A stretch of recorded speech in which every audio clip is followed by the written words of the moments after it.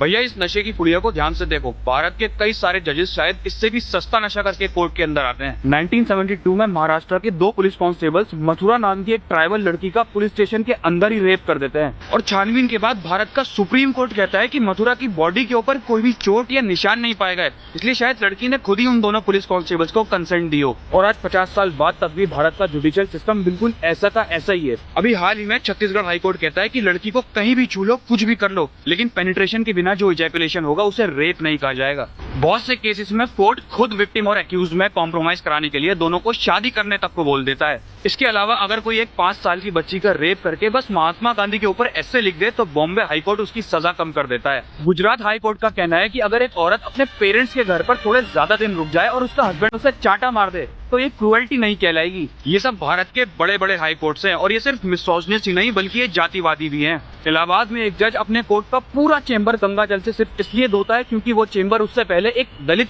जज के द्वारा इस्तेमाल किया गया था। भाई साहब, हमारे देश के कोर्ट्स में एक खास बात यह है कि आरोपी का आरोप साबित होने से पहले ही उसे दोषी मान लिया जाता है। गुजरात का एक व्यक्ति 30 साल पहले मात्र 20 रुपए की रिश्वत के केस में 30 साल तक जेल में सड़ता रहा और 30 साल बाद जब कोर्ट ने उसे निर्दोष घोषित किया उसके एक दिन बाद ही उसकी मृत्यु हो गई। अपने केजरीवाल को ही ले लो, हिस्ट्री में पहली बार एक सिटिंग सीएम को एक झूठे केस में फंसाया जाता है और 50 से ज्यादा दिन जेल में रखा जाता है। और अब जब केजरीवाल और उसकी पार्टी दिल्ली इलेक्शन हार जाते हैं और केजरीवाल का पॉलिटिकल करियर एकदम खत्म होने की कगार पर है, तब कोर्ट कहता है कि केजरीवाल निर्दोष है। भाई साहब, ये वही देश है जहाँ के कोर्ट्स रेपिस्ट को, मर्डरर्स को बेल पर बेल देते हैं और साइंटिस्ट और एक्टिविस्ट जैसे ईमानदार लोग महीनों और सालों तक जेल में सड़ते हैं। ऐसे अनगिनत केसेस हैं जिन्हें सुनने के बाद आप जज को या तो गाली दोगे या उसे नशेड़ी घोषित कर दोगे। आज की डेट में इंडिया में 4,70,00,000 से ज्यादा केसेस पेंडिंग है और इन करोड़ों केसेस में सिर्फ उन्हीं को इंसाफ मिलता है जिनकी जेब में सबसे ज्यादा पैसा होता है। जस्टिस देने वाले कोर्ट्स जब कानून को मजाक समझकर फैसले सुनाने लग जाएं तो समझ जाओ कि कलयुग आ चुका है। बाकी कुछ कहना हो तो कमेंट बॉक्स खुला हुआ है। कल फिर मिलता हूँ। जय हिंद।